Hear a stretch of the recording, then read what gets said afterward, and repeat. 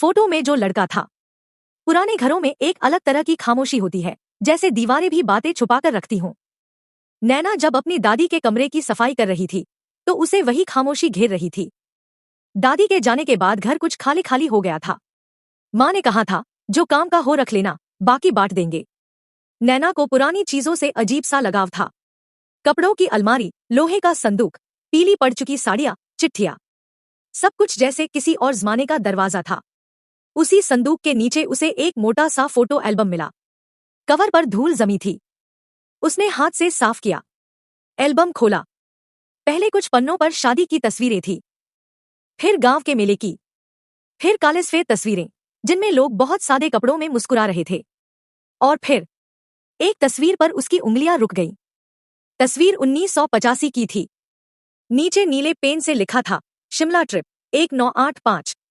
तस्वीर में दादी जवान थी, पीछे पहाड़, बर्फ और कुछ लोग। लेकिन नैना की नजर किसी और पर टिक गई।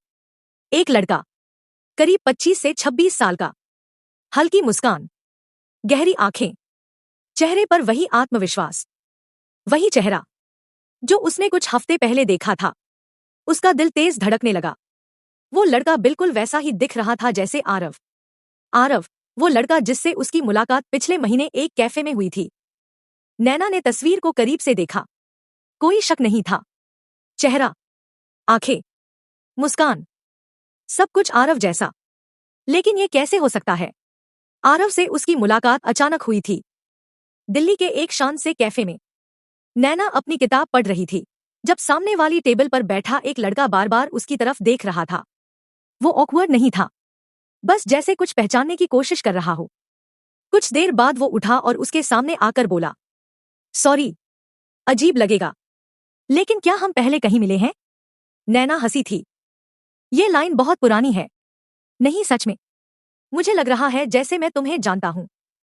उसने बात टाल दी थी, लेकिन उस दिन से बातचीत शुरू हुई। आरव में कुछ अजीब सा था। वो बातें करता तो लगता जैसे उसे नैना की पसंद पहले से पता हो।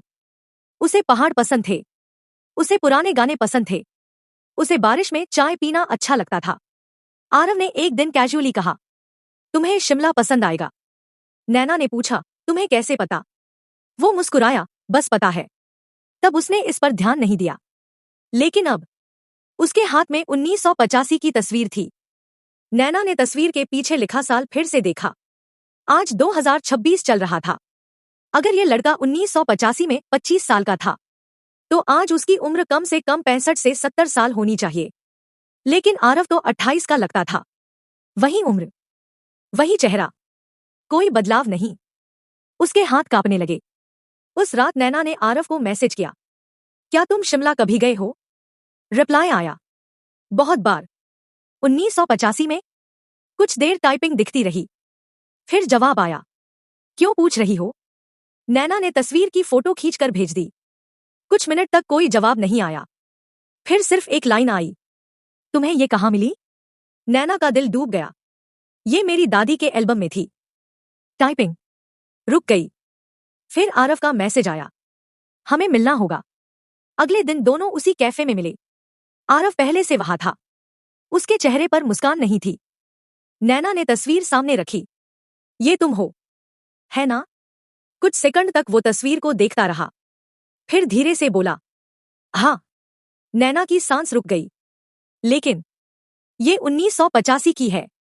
आरव ने उसकी आंखों में देखा, मैं बूढ़ा नहीं होता। नैना हंस पड़ी, ये कोई मजाक है। आरव शांत था। मैंने बहुत बार कोशिश की किसी को बताने की, कोई नहीं मानता। उसने धीरे धीरे बताना शुरू किया, मैं 1985 में शिमला गया था। वहां एक हादसा हुआ। मैं पहाड़ से गिर गया। फिर जब होश आया, सब कुछ बदल चुका था। मैं जिंदा था, लेकिन समय मेरे लिए रुक गया था। आरव ने बताया कि वो सालों से भटक रहा है, हर 15 से 20 साल बाद किसी नई जगह, नई पहचान के साथ। वो बूढ़ा नहीं होता। लोग बदल जाते हैं, दोस्त चले जाते हैं, लेकिन वो वैसा ही रहता है। मैंने कोशिश की नॉर्मल जिंदगी जीने की, लेकिन जब लोग बूढ़े होने लगते हैं, मैं चला जाता हूं। नैना के दिमाग में तूफान चल रहा था। मेरी दादी से तुम्हारा क्या रिश्ता था? आरव ने आंखें बंद की। वो मेरी दोस्त थी, बस दोस्त? हाँ, लेकिन शायद वो मुझसे प्यार करती थी। नैना के गले में कुछ अटक गया। आरव ने बताया, मैंने उन्हें सच बताया था। वो नहीं मानी। फिर एक दिन मैंने गायब होने का फैसला किया ताकि वो आगे बढ़ सके। नैना की आंखें नम हो गई। और अब? आरव ने उसे देखा। अब मुझे फिर वही डर लग रहा है। कौन सा? कि मैं किसी की जिंदगी में फिर अधूरी कहानी बन जाऊं। नैना के अंदर दो आवाजें थी। एक कह रही थी, ये असंभव है। दूसरी कह रही थी, जो महसूस हो रहा है वो सच है। उसने आरव का हाथ पकड़ा। अगर तुम सच में नहीं बदलते तो शायद तुम्हें बदलने के लिए कोई चाहिए। आरव ने धीरे से पूछा, तुम्हें डर नहीं लगता? नैना मुस्कुराई। प्यार हमेशा थोड़ा डरावना होता है। कुछ हफ्तों बाद नैना ने नोटिस किया कि आरव के बालों में हल्की सी सफेदी आई है। उसने मजाक में कहा, लगता है तुम बूढ़े हो रहे हो। आरव ने आईने में खुद को देखा। पहली बार वो सच में बदल रहा था। शायद समय उसके लिए इसलिए रुका था क्योंकि वो अकेला था। अब पहली बार वो किसी के साथ था और समय ने उसे स्वीकार कर लिया। नैना ने उसी एल्बम में एक नई तस्वीर जोड़ी। शिमला, वो और आरव, पीछे पहाड़। इस बार तस्वीर में समय आगे बढ़ रहा था। कुछ लोग समय से बाहर नहीं होते, बस उन्हें कोई चाहिए होता है जो उनके साथ समय में चल सके।